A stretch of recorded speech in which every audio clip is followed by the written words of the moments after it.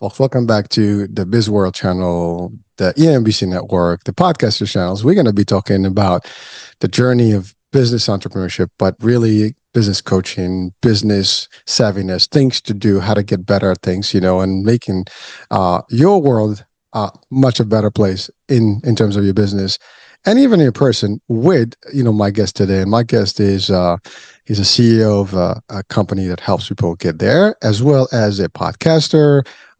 He co-hosts the show, and he really he's good at that. A lot of episodes out there, so I'm gonna, tell you guys at the end of the show to really follow his work and catch on with him. And so we're gonna have a journey, a nice little hour here with plenty of good insights and nuggets. So just stay tuned for the great, stuff with my guest, Alan Lazaros. Alan, welcome to the show, man. Thank you for having me. This is gratitude first. I remember when I first started a business almost 10 years ago. Actually, I started mentoring 10 years ago, coaching 7 years ago, coming up on my 8th year of coaching. And I have 26 clients on my roster currently, and we produce 50 podcasts now. And I'm just grateful because I remember I'm a little overwhelmed, to be honest with you. I think you can probably tell that, but I remember when it was crickets. And so I'm very, very grateful. So I wake up every single day. I work almost every single day, and I wake up every day as the CEO, and I think to myself, okay, I remember when it was crickets. So yeah, you're overwhelmed, but at least it's better than, no one caring about your time and your effort. So I'm grateful to be here. Thank you. It is a dream come true, genuinely. Well, Alan, thank you so much for that. I mean, first of all, I think you started, perfectly with the gratitude piece, because I think we need a lot of that in our world, and we sometimes tend to forget our humble beginnings and where things were and where we are. Especially when you get caught up with the hype, right? It's just very typical. But I think gratitude in general is a great feature and attribute of people and characteristic that we can all have, or at least we can energize every now and then and make it, highlight in our, lives, because we can be grateful for a lot of things on a day-to-day basis. And you're right. Life is a very difficult journey, and especially in the business world. And, the more we do of that is so for our listeners and audiences out there, let's be grateful for things, and any opportunity that we have is a great opportunity. And I love what you said. When it was crickets, when you start, anyone who's been in the journey of a business and entrepreneur knows that is a very tough, place where you put money, effort, energy, and you're like waiting for things to happen. And it can take time. Depends where you are and what type of business you're in. It's a tough place. So thank you for that. That's the first thing, that you throw in there. And I had to highlight that because I think it's a big, opportunity for people to just kind of remind themselves about, what that means. Now, let's talk about your journey. What got you? I mean, I love it. You mentor, you coach, you train your business. You have the Next University concept, that's you and your partner. But we'll talk about his journey as well, if you don't mind. You can share with us how it all started and how you guys combined effort to start this and why. But let's talk about that, journey, how it started before the crickets, and what prompted you to do that. Yeah, so we'll go all the way back. And again, so I'm going to be 36 in November. I'm going to condense 35 years into the shortest possible amount of time as I can. But it started out tough for sure. And I think the gratitude piece is really, really important. Can you hold gratitude while also being sort of frustrated that you're not getting where you want to go yet? And I think you can turn frustration into transformation, honestly. So how do you balance gratitude with frustration? I think that'll be a good theme here. But so I started off tough. I actually say this often. I kind of look a little bit like a silver spooner, white Caucasian male. I got the awards in the background with all these books. I was born in Massachusetts, which the U.S. is the largest economy in the world by far. And now I've been on, so many podcasts all over the world, and I coach so many people from all over the world. So it's given me a lot of perspective on some of the advantages that I've had. And I've looked at this a lot. Actually, it couldn't be farther from the truth on the silver spooner side.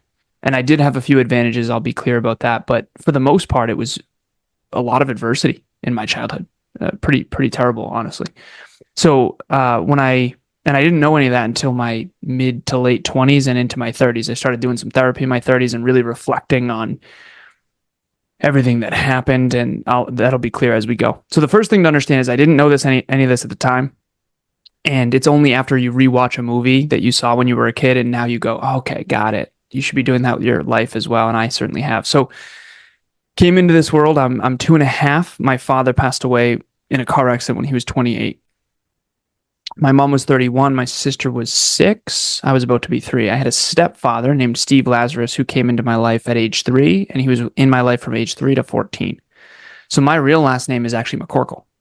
John McCorkle was my dad. It was Jim, Joe, John, Jane, Joan, Jeanette. 6 kids, all J, and he was John McCorkle. And big Irish Catholic family. And when my stepdad came into the mix, I think I took his last name around 6 or 7, something like that.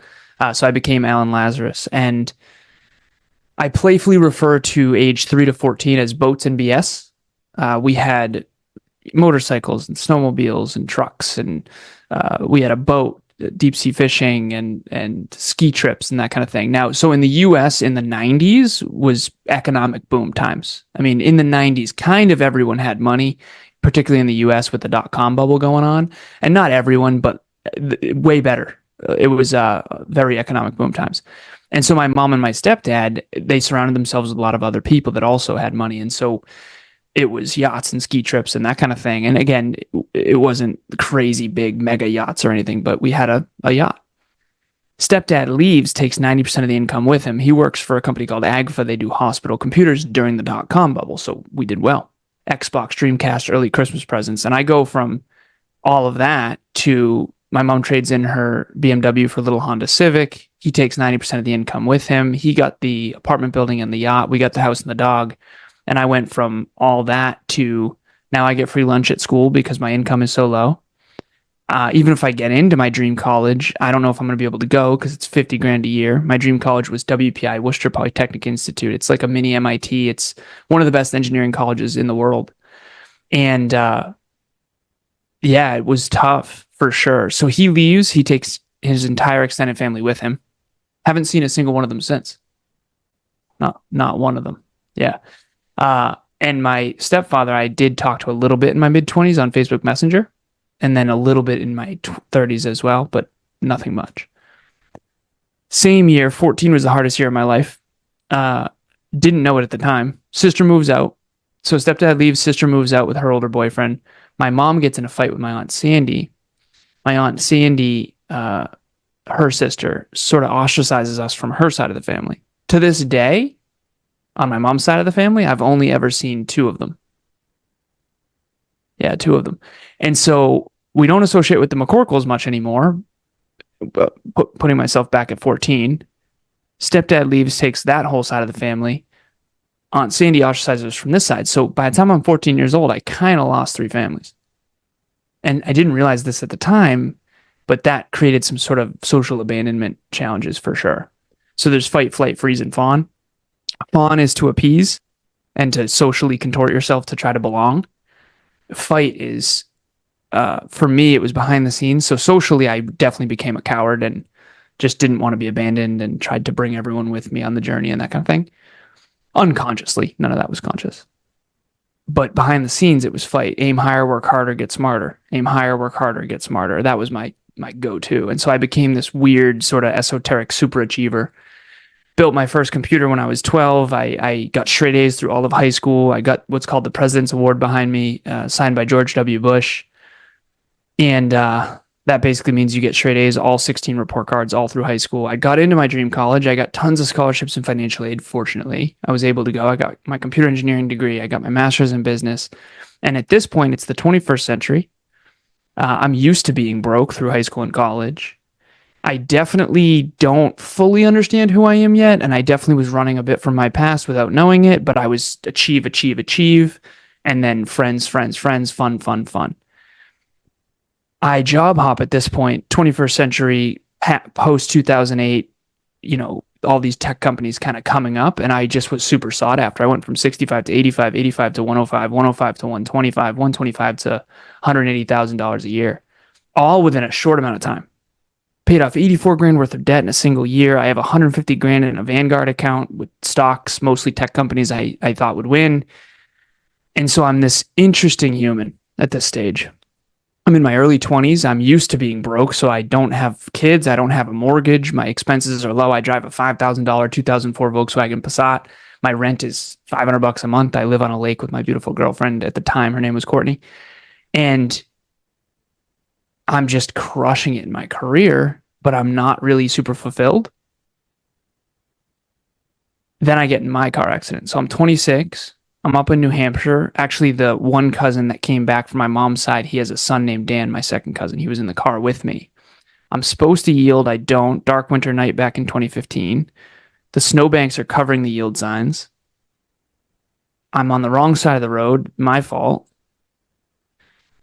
And I look up and saw the brightest lights I'd ever seen from the GPS. We're not partying or drinking or anything. I'm not drunk. It was just a mistake. Just a mistake. And a mistake that almost cost me my life. And so fortunately, two things saved my life. Because when I looked up and I saw what I thought was a Mack truck in front of me, I thought, this is it. We're done. Number one, it was not a Mack truck. It was a lift-kitted pickup truck. If it was a Mack truck, I might not be here. Number two, the 2004 Volkswagen Passat that I bought, love this freaking car. I used to call it the tank. German-engineered steel traveling car. Built strong. Built strong.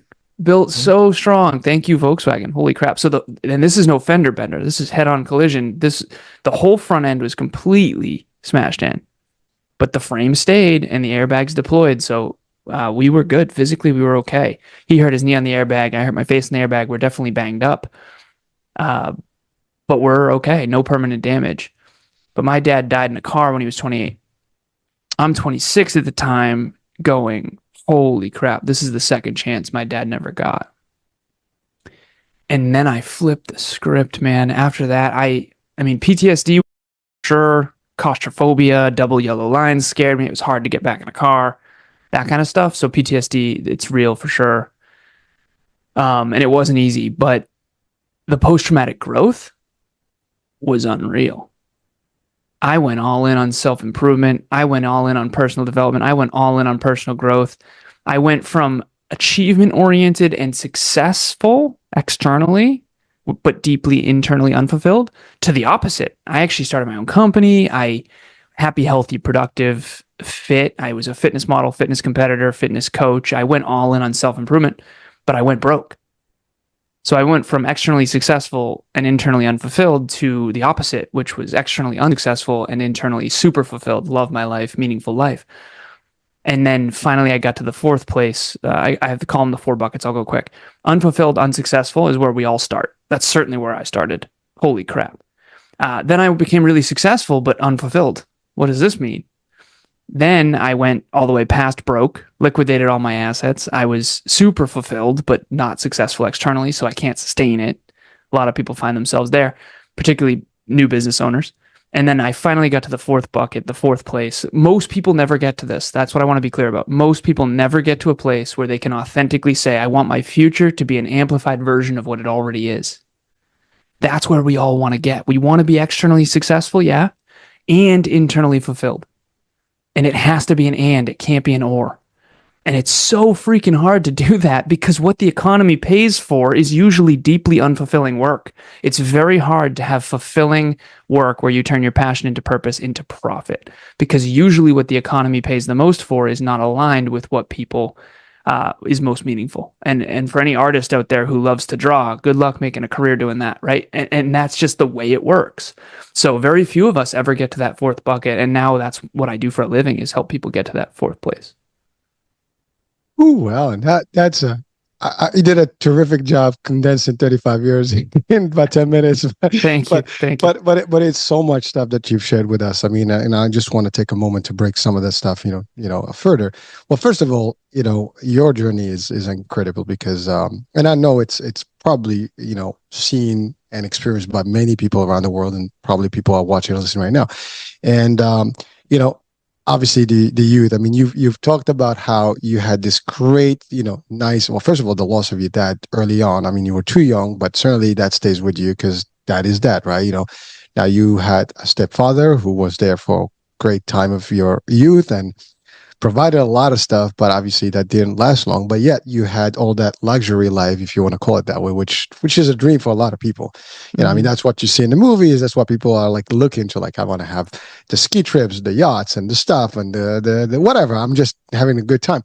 But to a rude awakening, you just basically lost all that. And then, as you said, your mom now had to kind of rescale things and kind of reset the life, and that's a very difficult time. And 14 is really a very tough age because that's like some of the worst really age groups when you're talking about like mind stability and mental stability and stuff, and it's impactful big time. And the teenage years are difficult. There's hormones, there's changes, all the stuff is happening, and you can be sour, you can be stuff. But what you did, and I love that, you just kind of rezoned yourself and just focused on success and becoming more. And that's actually a good treat that you did to yourself, because some people go the other way. They just think suicidal, they will think drugs, and the F to the world concept, and that's it, right? But no, you didn't do that. You actually took it to like, I'm gonna make it. I want to go back to that life, and I want to do whatever it takes to make it, knowing that your financial circumstances were different. You were still able to make those dreams come true, going to your dream school, for example, right? Establishing all those great scholarships, which is not easy to get all those scholarships and getting A's in all your high school system and getting all that good stuff, and presidential award for that matter. So all these things are amazing, right? And you did that. Then obviously did the next thing, like now you have the degree, you have the expertise. Let's get into the world of business, right? And corporate, and you were there because you moved up quickly into the scale of income, right? And that's also good. But I love what you said about those 4 buckets. It's amazing how that transition is very important to us, for all of us to really be clear about, because you're right. You start with no success or no fulfillment. For the most part, you start at zero, right? That's ground zero. There's nothing there, and then you start building. Some people find the success, but it's not fulfilling. As you said, you're right. The economy is, most of us go to college, work some job that is not even affiliated with what our college is. We're not happy, but we do it for the money because we need to pay bills, right? Because you have no choice, right? A lot of us are stuck in dead-end jobs, and jobs that are not fulfilling, but yet you have no choice, because if not, you can't put food on the table. By the way, I love what you said about the 90s. You're right. The economy in the 90s was much better. Compared to today, it's like day and night. Sadly. It is. Yeah, sadly. I'm so grateful you mentioned that. I don't think a lot of people think about that. Oh, I know that. I think about that all the time. People are like, well, why aren't I succeeding? I coach 26 business owners, right? Listen, no one is. They look like they are on Instagram, but it's not just you, right? I haven't taken a day off in 10 years, right? So it's not what it used to be, and that's okay. I'm not making that wrong, but you can't fall for Instagram. You can't fall for social media. You have to understand that. I wish the world could see everyone's bank accounts instead of their high rises and the pictures they take. Because the 90s, it was a different time, and the .com bubble was wild, particularly in the US, but really globally. And so I'm just grateful you mentioned that, because I think it's wildly under talked about personally. No, I when you stated that, that's a big fact, because you're right. The U.S. economy has been up and down, but the 90s were awesome, and you're right. The .coms, were just a lot of millionaires. It was just pure, simple fact. You started .com, you got a concept, and you do it. It's still out there, but it's not the same, because competition is more, and there's more. Now they have social, we have all the stuff that's going on. There's other ways to make money today through social media and things like that. Of course. But I love what you said also about the Instagram and the social media. Folks, we all have to post stuff, because if you're out there, you got to post stuff. And for the most part, you post your best pleasurable You times. You got to. You're not going to put a picture where you're having a bad day and stuff. Some people actually, there are coaches that some people do introduce the idea that you want to be vulnerable, show your vulnerabilities, and show exactly what's up, which is a good concept. But a lot of people may not want to do that, because they want to just, see themselves in a happier place. And by the way, psychiatry speaking, psychologically speaking, you want to, almost affirm that you're doing a better job by seeing yourself doing a better job. Now, that's not running away from the truth, but the more you see positive, the more you can be positive, right? So if you start, think about us. We look at some of the good pictures and the good times, and it keeps you motivated, right? And so, although you have to look at the bad times to get you a little bit more of no, I got to get disciplined. I got to get better at, things, because, I can dwell in the past, or I can, be, live in the past for no reason. You need both. You You need need both, both. exactly. So you need that. But you're right. In social media, it's very misleading, for the most part. A lot of people show you their best times. Shows will show you the best times. Everything is designed to show you, like, because it's all marketing and it's pushing, right? Yep. But the reality of things, as you said, and by the way, you can have the house, but you have the debts, you have this, you have the business, you have debts.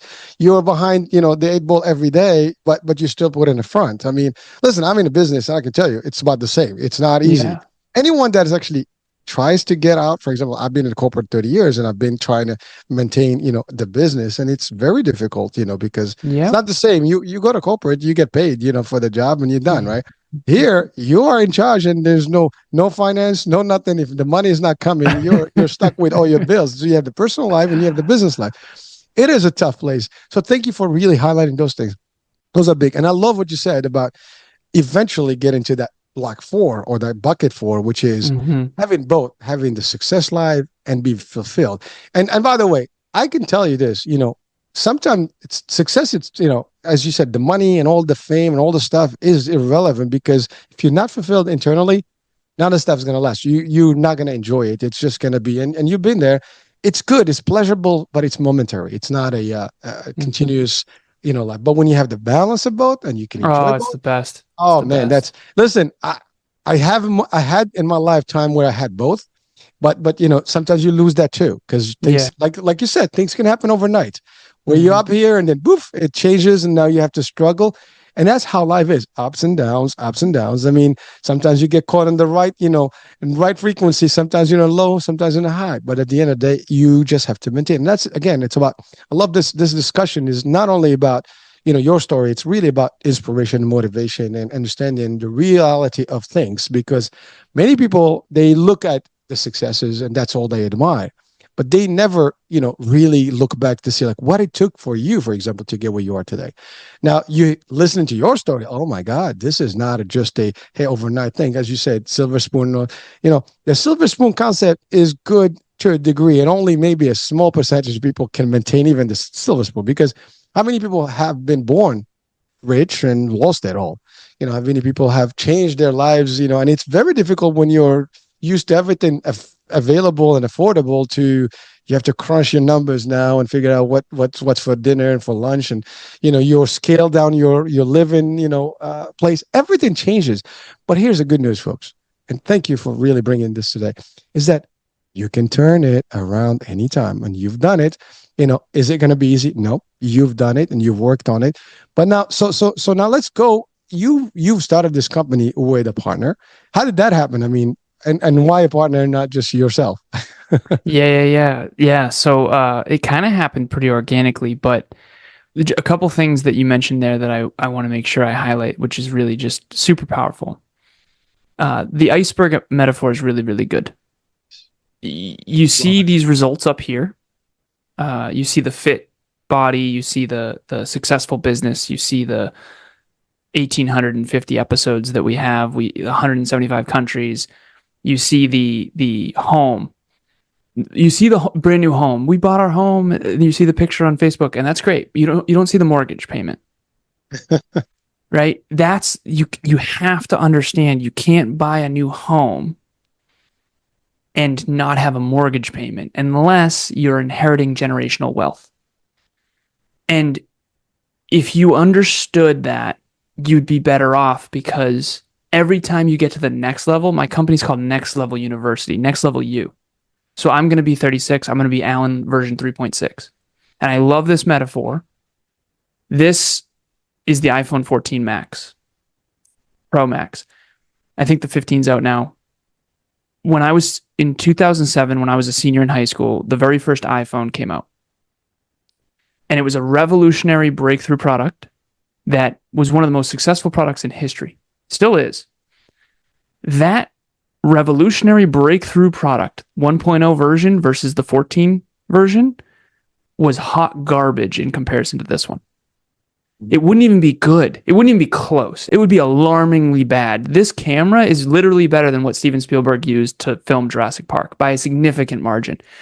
The point that I'm making with that is that you had mentioned the ups and downs of life, and the ups and downs are always going to be there. It's the trend line that matters. In a graph, a trend line is what's the average? Is the average up? So it's going to be up and down and up and down and up and down and up and down in the seasons of life, the economy, both macro and micro, and then your life as well.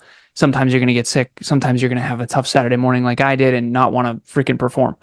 But is the trend line up? That's what matters. And the way you keep the trend line up is through self-belief, work ethic, and humility. And what I've found through coaching thousands and thousands and thousands of hours, I have them tracked. I'm coming up on over 8,000 of podcasting, training, coaching, and speaking. This is, I think, my 25th podcast this week. And I'm not saying that to brag. I'm saying that so you know that I'm meeting a lot of people and I'm seeing the commonalities. I'm seeing the things that we all struggle with. Everyone's up and down. Everyone. Mm-hmm. If the trend line is up, that means you're improving your iPhone, metaphorically.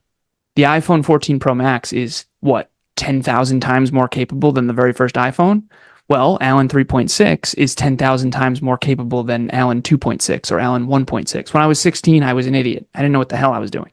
And again, statistically, compared to other 16-year-olds, I definitely wasn't an idiot. Compared to me at 36, complete moron. And I'm just speaking candidly, okay? So your life doesn't get better unless you get better. That's really the thing that needs to land. And I wish I knew that when I was younger, because I was so externally success driven and stepdad left, wealth is the answer. I'm going to be, engineer, MBA, CEO like Steve Jobs. I'm going to make this happen. And I was a super achiever, but I wasn't focused on self-improvement. It's self-improvement, in my opinion, that changed my world from 26 to 36, 10 years ago. That's what really, really needs to land. So as far as the company later on after 26, so I'll tell you that sort of story. So Kevin had a podcast called the Hyperconscious Podcast. Change the way you think, change the way you act, change the way you live. If you look up hyperconscious and Google it, it says acutely aware, to be acutely aware, because he lived most of his life unconsciously. He had a quarter life crisis like I did. His was suicidal ideation. Mine was a car accident, but we just kind of crossed paths in that similar way. Both from the same small town, both raised by two women. I was raised by my older sister, my mom. He was raised by his mother and his grandmother. He didn't meet his father till he was 27. So we both grew up without fathers. So we definitely have that sort of common core wound. And again, this is only in hindsight. At the time, we were, okay, I'm your first guest. You're my first guest. I had a podcast called Conversations Change Lives. And then eventually we just started doing episodes together, talking deep conversations, a couple guys, both into fitness, bodybuilders. And we eventually we teamed up every week and did episodes. This is back in 2017. And we had the worst named podcast of all time. It was the Hyperconscious Podcast meets Conversations Change Lives podcast. It's terrible. And then we went all in on Hyperconscious, and then we rebranded to Next Level University probably 700 episodes in or 600 episodes in or something like that. And so now we do an episode every single day. It's 1% improvement in your pocket, health, wealth, life, and love from anywhere on the planet, completely free. It's the mentor in your pocket that we never had. It's the male role model in your pocket that we never had. And that's really what it's come down to. Ironically, most of our listeners are actually female. And I think women tend to be statistically more humble. So they're more growth oriented, most likely. That's what I've found anyways. And so, yeah, that's how we teamed up. And now it's kind of wild. In the beginning, it was, let's figure this thing out. Let's add value. Let's master our craft. Let's become better speakers, better podcasters. Let's improve a little bit each day. And it was character over everything. Let's be the best men we can be. Because we didn't have male role models, and we think that there's been a really poor example set, particularly with men. There's not a lot of people leading by example from our perspective, and so we wanted to do that. Character over everything. Be a good man. Be the best man you can be. Be the best version of yourself, and be virtuous and be integrous. And so I quit drinking and no more drugs, and we both quit pornography. All these different things. It was just, how do we be better? Take people on a journey and how we can be better. And then eventually we turn that passion of self-improvement into purpose, which is just scale the impact. How do we grow the podcast? So I mentioned to you before we hit record, or I don't know if we were recording or not yet, but grow yourself, grow your podcast, grow your business is what my entire life has become. And that's what Kevin's entire life has become too. And that's what Next Level University is about. Next Level University is, how do you reach your potential? Grow yourself, grow your podcast, grow your business. We call them listeners, longers, and business owners. So listeners are people who want to learn from us. Grow yourself. Longers are people who want to build their own podcasts and build their own communities. Grow your podcast. And then the last piece is business owners, people who have to generate revenue. You mentioned when you're a business owner, you don't just take days off to take days off. If you don't perform, I have so many people relying on me right now. This is Saturday morning. This is a Saturday morning right now. It's 11:42. I've already done a coaching session before this. There is no clock off, like turn the clock off. It's up to me if it's going to happen. And no one achieves anything great alone. And one person can make a great team. It's a duality. And so if you are the CEO of your own company, if you are the business owner and you want to wear that hat, you have to earn that every second of every day, every single day. And I don't work all day every day, but I do work every day. And I mean, in literally every day. I haven't taken a day off in 10 years. And I don't say that to brag, and I'm not the hustle culture. That's not what I'm saying. What I am saying is the higher your goals are, the more you're going to need a great team around you to succeed. And the more you have a great team around you, the more you're going to have to lead by example. And the more you lead by example, the harder your life is going to be, because it all comes down to personal responsibility. If you're the CEO, that's great and good for you, but it's your responsibility to make sure the company doesn't go out of business. And that's way harder said than done. And honestly, in the Instagram world we live in, a lot of the people that I see, they don't even have real businesses, but they're pretending that they do. I have an 18-person team. I have payroll. We have a real business. And I get it. I'm not making fun of those people. Those people in the beginning are in the beginning and they're trying to start something. I get it. It's the positive thing you were talking about. However, if you see someone who seems to be living the dream because you see the 5% on social media that's awesome and the other 95% is spent grinding, and then you think you're going to get that 5% without the 95% beneath that, you're in so much trouble. And so I'm honest. Candor is one of my top core values. And the truth of the matter is that you can do it, and it is awesome, and it will be meaningful, and you can turn your passion into purpose, into profit. However, it will be nothing short of absolutely effing brutal along the way. And if you can hold that duality, you really can be a business owner. And if you can't, and you crave certainty and you love experiences and you want to travel, do not be a business owner, because the first decade is going to be nothing short of absolutely terrible for you. Well, Alan, first of all, it's plenty of stuff you added there. Again, as I said, folks, we were expecting a great show today. So this is plenty of stuff for everybody else listening out there, because I think this discussion affects everyone, because whether you want to go into the entrepreneur world or not, the feed that you're giving us, the information you're giving us, can be real base for a lot of decision making for people, because you're right, it is very not simple to become an entrepreneur. And yes, most people think, oh, I'm going to be my own business owner. I don't want to work for anybody. There's a lot more people working, in companies, because it's a lot easier. Also, it's the culture, it's the system. The system is designed for you to go to school, kind of almost program yourself to be, that clock in and clock out, concept. You walk in, you get what they call it, the carrot, which is the check. You get a paycheck, every year, every week or every week, whatever, and you're good. You clock out, you're done. Not in business. In business, you grind, and until it gets to a certain point where it's healthy enough that you can actually remove yourself. I mean, look, I was watching Jeff Bezos is kind of retiring from his thing, right? But when you look at some of his early humble beginnings, when he was in his little small office, and shows what Amazon looked like, right? 1994, he was go. looking for $20,000 from investment, and he got, and he borrowed $200,000 from his parents. And that's the Bezos you got to look at. Exactly. Well, exactly. But the good news is, look, he is retired, but he's not retired now. I mean, it's a long distance between that day and today, and the achievement where he is today is much better. But he was still grinding until recent. Of course. And that's the thing. So it ain't gonna happen overnight, and it's not gonna be just over. And I love what you said. You're the CEO. You're in charge of you and then the team. And there is no I in a team, right? So there's a concept of all that. And you have to be, like a lot of people say, that you have to, it's very simple. You can have ease of life by working and just getting and collecting, or you can stop and grind hard. Then it's going to be difficult, for a couple of years, and then you can relax. And so again, now here's the thing. We'll go back to the fulfillment thing. you got to do something that is fulfilling. If you love what you're doing, so you're enjoying this, as much as it's working, you're not really working. That's the thing. You're not going to do something and be successful at it if you're really not very engaged with it and you feel it and you're happy. And I think another core thing that you've really hit on, today as a, it's a home run, which is self-improvement. Jim Rohn, I think is one of the biggest, I love his work huge fan.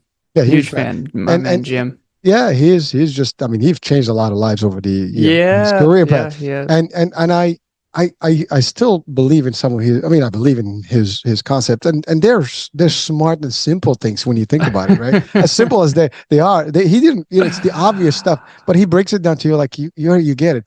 But the biggest thing that he's always focused on, self-improvement. If you improve your skills and improve everything that you do, everything else is going to fall in place. And so unless you do that, you're just going to be the same you at the exact same level no matter what. And by the way, even if you're in a corporate world, if you don't improve yourself, you're not going to highlight yourself to go to the next level and the higher ups, right? So you always have to constantly improve, whether it's your learning skills, your information, your knowledge, your whatever it is, your language skills. Something's got to give so you can become better than your peers to be the next level. Well, in the business, the same thing. If you really want to graduate to the next level and make it happen, and again, ironically speaking, your company is next level. So it's kind of like, it's really exactly that. The next level is not happening unless you make changes to you, and it starts with you, exactly. And so that's a big deal. And I love your story about how you and Kev, kind of joined efforts and made it. And by the way, everybody starts. That's the thing. Like, I love what you said about how your podcast name was different. He is different, and he was a big name. Yeah. But again, this is always the success part, because people sometimes they want perfect up front. There is no such thing as perfect, folks. You can plan the best marketing plan and sales plan, whatever business plan you have, it's gonna change. I guarantee 100%. You, year one, year two, as you said, that the analogy you gave is perfect. The iPhone to Thank you. One to now. Yeah. Because really, that's what it is. Yes, at the time, I mean, even cars. At the time, it was great. Yeah, but now it's hot garbage. It would be. It would barely be usable in comparison, right? Even though back then it was the best on the market. That's the. Well, look, I mean, we Tesla now with Optimus, right? Yeah. I mean, look, the first Tesla versus now, the first computer versus now. I mean, even Optimus looks promising, right? The new caravan, whatever that is, all the stuff that's the robo car, the truck, the Cybertruck. Yeah, so all the these robo things, car. These things are going to be cool, but I guarantee you, 10 years from now. Oh yeah. Oh my God! If you think Optimus is going to be cool, the next Optimus 0.3, is going to be like really better than now. I mean, so it's, but that only happens with improvements, constantly looking to improve things, process improvement. I go to some places, whether it's administration and even some businesses. One of my roles that I was in, was process improvement and effectiveness, right? Nice. So my job was really just to determine everything that is wrong and how we can improve in all different areas. Oh, I'm sure you were very popular. Well, I have to say there's a thing there. There's a fine line, because people don't want that, because when you start pointing the obvious, you step in on some toes because they have not done it themselves, and now you come and say, here's the quickest way to lose friends. Exactly. Identify all of their bottlenecks and then try to highlight them so you can help them achieve their goals and dreams. That's how I lost all my friends. Well, the wrong friends. Yeah, exactly. But in the business world, it happens because when you come into a department and you start so in consulting, that's what you do. You assess everybody, and you're like, well, here's what we found. These are working. They're not working. So we can do improvements here. So when you talk to someone like that, some people will accept it with, open arms. Some people like, well, what do you know? We got this. It's been working for us. Well, that's great if it's been working. But here's the thing. Being working is one thing. Being improved to the next scale, to the next level is another thing. If we use that same concept, everything's been working, we wouldn't even have TVs right now. I know. It's been working have before. Anything. You wouldn't have nothing, because what is it? If it's not broke, don't fix it. If it could be better, then it's as good as broken. If it could be better, it should be better. That's why I mentioned frustration earlier. Because I started with gratitude. Yep. However, you can't just wake up with rainbows and butterflies every day, because you need to look at what's frustrating. You need to look at what's imperfect. You have to look at what could improve. everything can improve. It's a weird duality. And this I want to make sure really lands. Duality. Holding two seemingly opposing ideas in your consciousness simultaneously. There's a book called The Self-Made Billionaire Effect. It came out in 2012, and back then there was 1,200 self-made billionaires on the planet. Self-made, no one's self-made, but you know what I'm saying. They no generational wealth. And what they found, when they researched all these people, the common theme was that they could hold two seemingly opposing ideas in their consciousness simultaneously. So how can I wake up super grateful next to my beautiful girlfriend in this beautiful condo, so grateful we have pets and it's the cutest freaking life. I love it. And where I came from, this is just magnificent. Okay. And get your ass upstairs and work. It's an and. I can't just hang out and just be grateful all day. You have to also give yourself that kick in the ass to earn it. And so duality is something I've come to realize a lot of people don't hold duality. They don't understand that it's both. It's believe in yourself and be humble. It's optimism and, oh my God, I could go out of business any moment. It's, yeah, one day I'm going to, be wealthy and I'm going to act like I'm broke because I'm going to work like I'm broke. It's an and. It's the power of the and.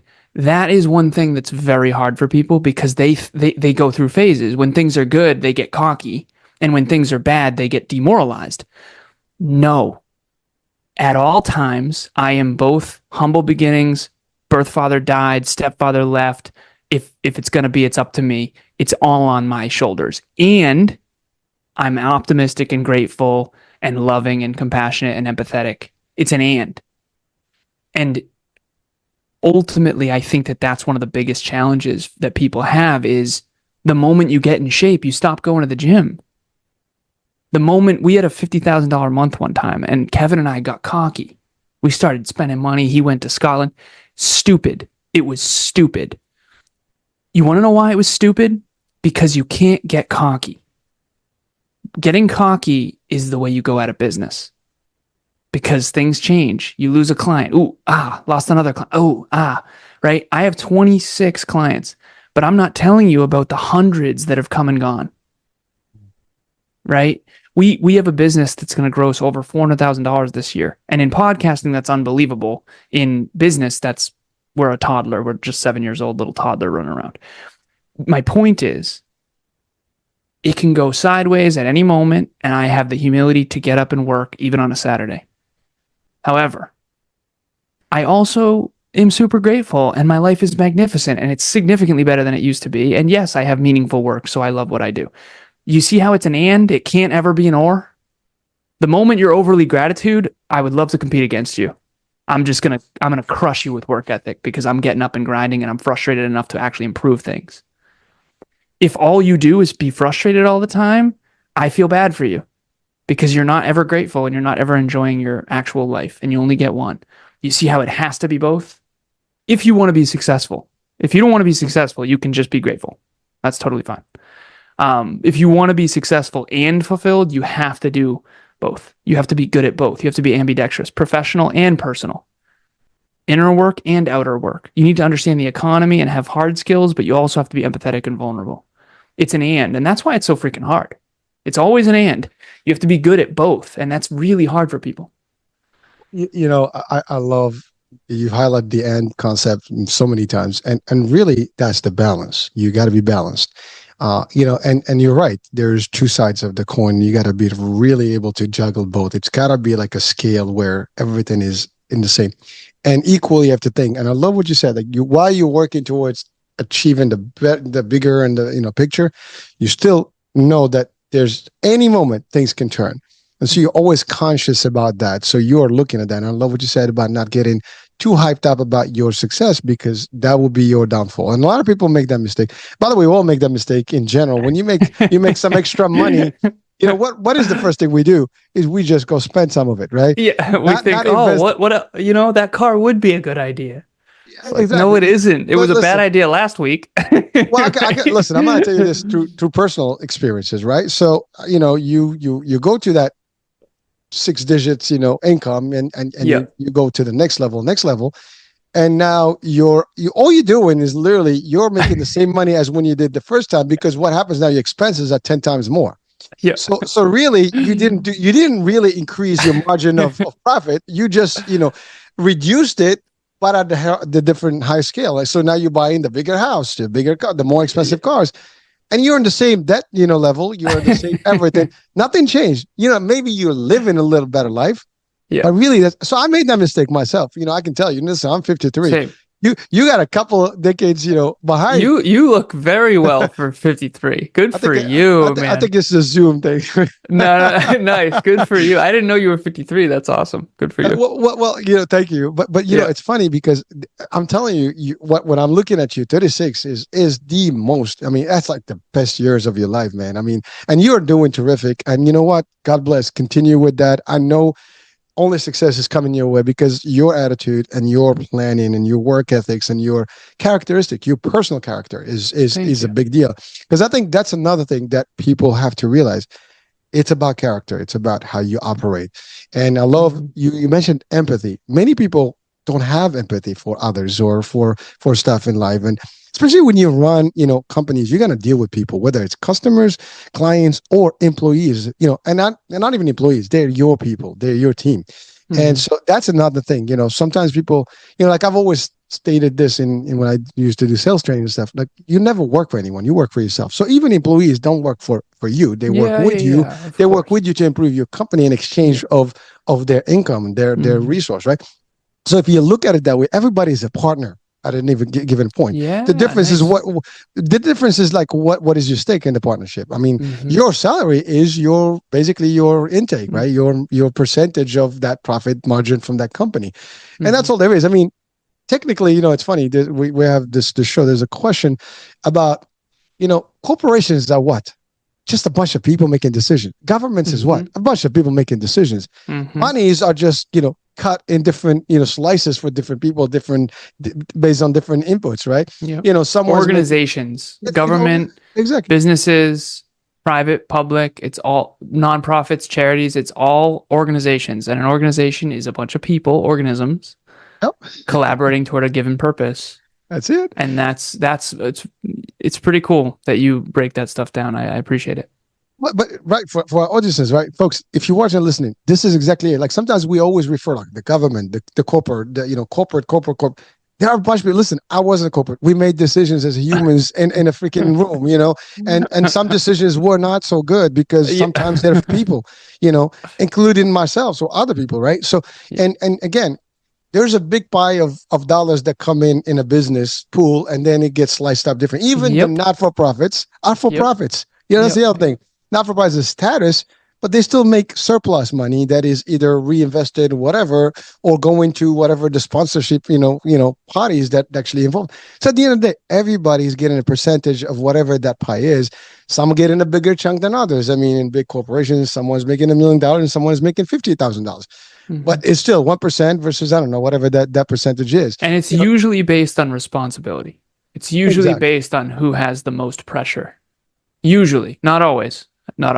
Some people can hoodwink their way to the top. But this is the thing, right? If you start changing the way you see things in life, in the business structure, then you see your position. We're all the same basically, but we got to jockey to the next level to be able to get more of that pie, but also do it correctly so we don't, I guess, bankrupt ourselves.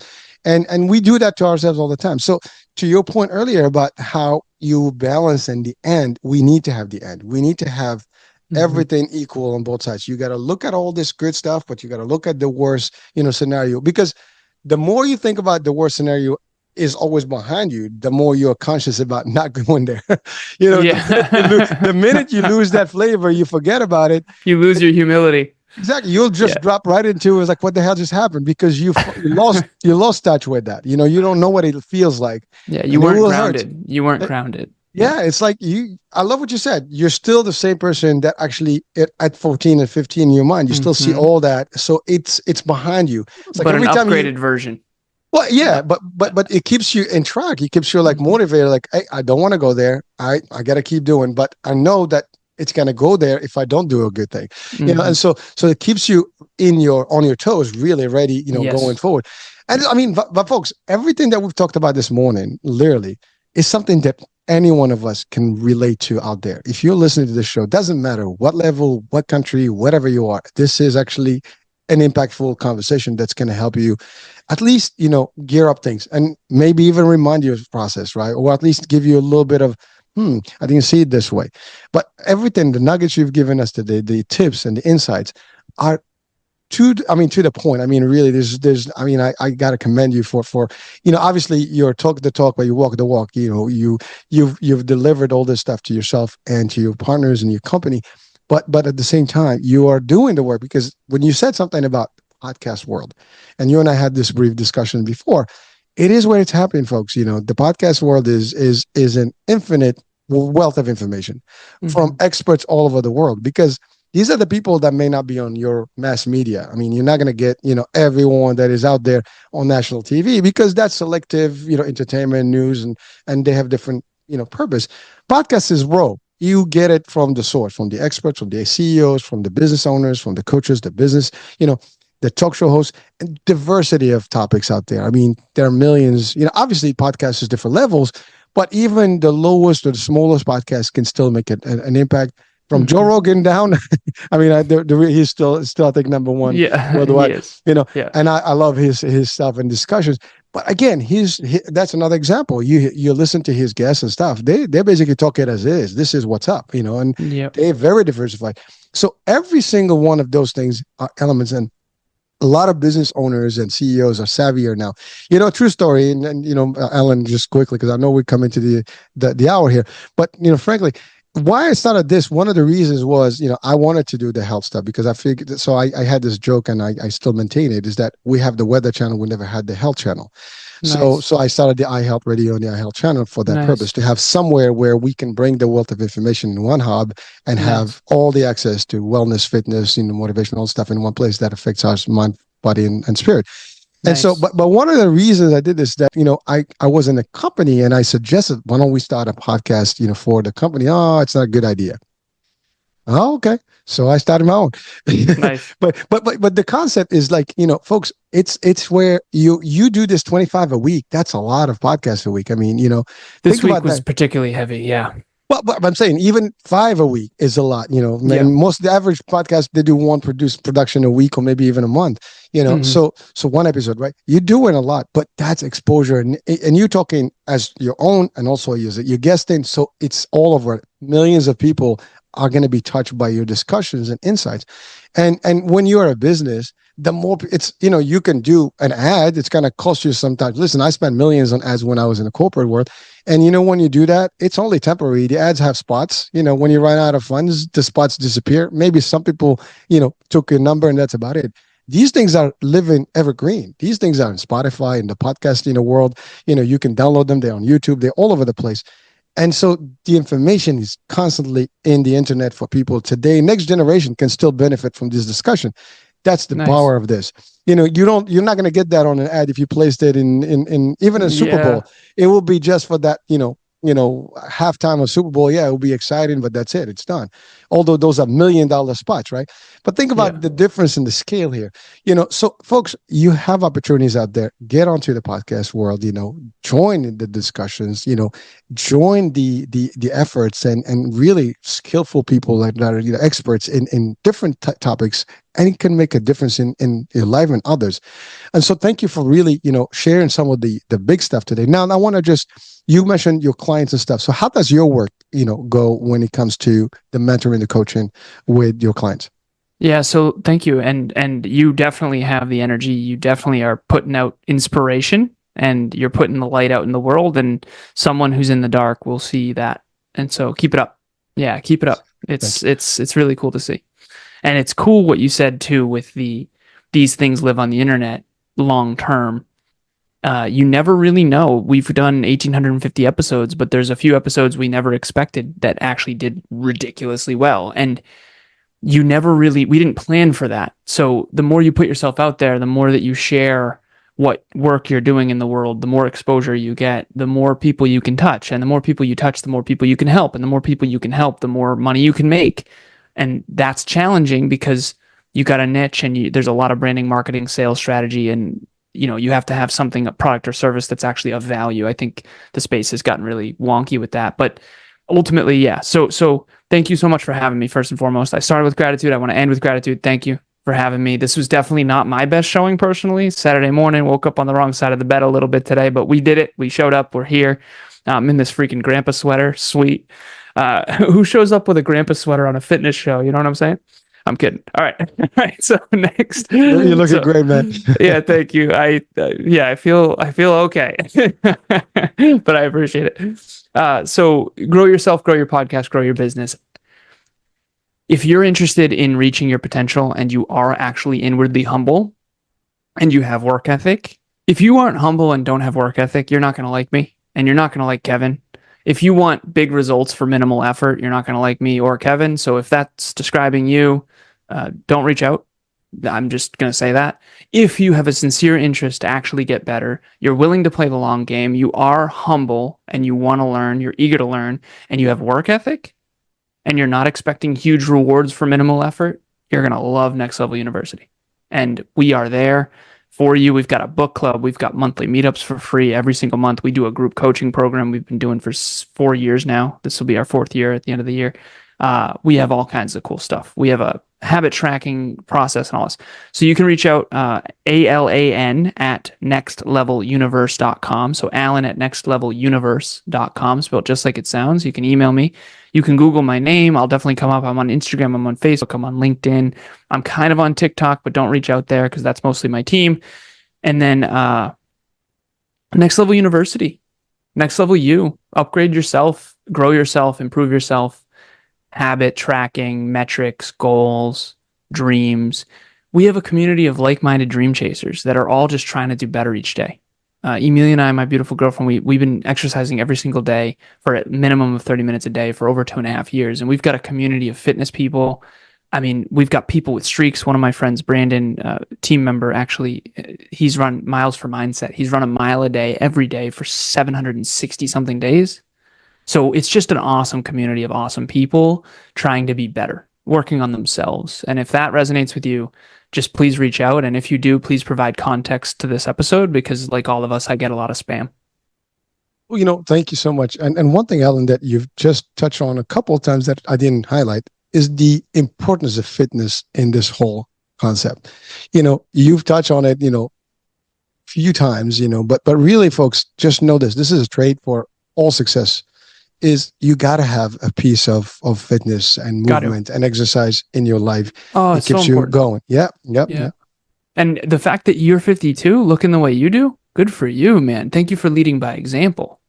I really appreciate that. That leading by example is the most important thing in the entire world, I think. So I've seen people with fitness shows that are completely out of shape.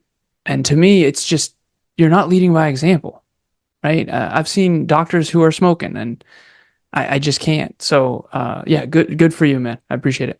Listen, we have, I think my wife and I, we have this concept. It's all about health, wellness, fitness, and motivations. So we, even with our kids, we preach, we walk it, we talk it, we make it happen. So we do, listen, we're human too. We always have ups and downs, but it's that, as you said, the trend, you got to keep the trend. You got to watch that trend. You got to keep it. The downs should be the low, fewer points than the tops. And that's all you got to do. And it's not easy, folks, but I love what you said. Next Universe is the place to be. Also, as you said, they can connect with you in all those places, but also through our website. If you actually go and you click on Alan's picture, you go right to him as well. Because we are a resource, for people as well. So again, folks, it's plenty, of opportunity from today's discussion, and definitely do reach out to Alan and Kev, and get yourself to the next level of you, right? But so before we close our show, I know it's a tough morning. Any departing words for our audiences? Like a piece of advice that you want to share? Personal responsibility.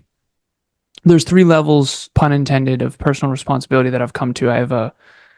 I call these my Navy SEAL clients. there's 2 clients I have that are twice a week. I can't imagine why you'd want me to be on your ass twice a week, but they do and they love it. So awesome. Most of my clients are monthly, weekly, or bi-weekly, and these 2 are twice a week. Sickos. Pardon my French. But I said this to one of my Navy SEAL clients, and she's not an actual Navy SEAL. It's a metaphor. Right? I need to make that clear. But I said, you're at a whole new level of personal responsibility. And 3 levels of personal responsibility is this. Level 1 is I'm responsible for everything I say, think, do, feel, and believe. Okay, that's level 1. Level 2 is I'm actually responsible also, not only for what I say, think, do, feel, and believe, but what I fail to say, think, do, feel, and believe, meaning what I don't do, what I don't say, what I don't think, what I don't feel, what I don't believe. You're responsible for that too. You should have done that and you didn't, and that's why you ended up where you are. The 3rd level of responsibility, and this one's tough because this one is almost beyond accurate thinking, is I'm also responsible for everything I do and don't do, say, think, feel, and believe in response to what's done, thought, felt, believed about me. So that's the 5 things: say, think, do, feel, and believe. And you're responsible for all of them in every which way. Level 1 is you, what you say, think, do, feel, and believe. Level 2 is everything you failed to say, think, do, feel, and believe. And number 3 is everything that you do in response to what's said, thought, done, felt, and believed about you. And if you take that much responsibility for your own freaking life, statistically speaking, you will be in a far better spot. And some really heinous things happen to a lot of people. The people that are dealing with the hurricane stuff in Florida and North Carolina, some of them are on my team, that they didn't choose that, but it's their responsibility to do everything they can, to do all they can with all they have. It's their responsibility to make something of that. I didn't want my dad to pass away. I didn't want my stepdad to leave. I didn't want those things to happen, but it's not my fault, but it is my responsibility to make a great life out of that. And I'll hopefully be a better father because of it. And so you have a choice and you can choose to take responsibility. It's the way harder road. It's the way more challenging road, but it's also the more fulfilling road. It takes courage and humility and work ethic, and that's how you're going to grow yourself. Because if you keep blaming the world or blaming the government or blaming other people for where you ended up, it might be true. It might actually be accurate, but it's not going to help you. Powerful stuff. I'll spend a whole hour on that topic. but I mean, folks, the message is clear, right? This is about being accountable and doing our own thing and being responsible, period and out. And there's a lot of areas, and definitely you've highlighted those key points. So Alan, it was a pleasure, man, having you on the show, and really great discussion today and powerful messages, for our audiences out there. Keep up the great work, you and Kevin team, and certainly, folks, you heard it here live. Do follow up. Again, nextleveluniverse.com is the site. So, do hit it. It will be on the description of the show as well. And that's about it. So, Alan, thank you so much for being with us, man. Thank you for having me, man. This was awesome. I appreciate it. I'm glad I showed up on a Saturday. Keep rocking and rolling, and let's stay in touch. We will definitely. And we will definitely talk more about, opportunities where we can collaborate together. And so that's the end of our show today, folks. So if you've been watching or listening, do take, heed of the information that was given to us. Do check out the site. And I'm Eric Minch. We'll be talking soon. New day, new show on the topic. Bye for now.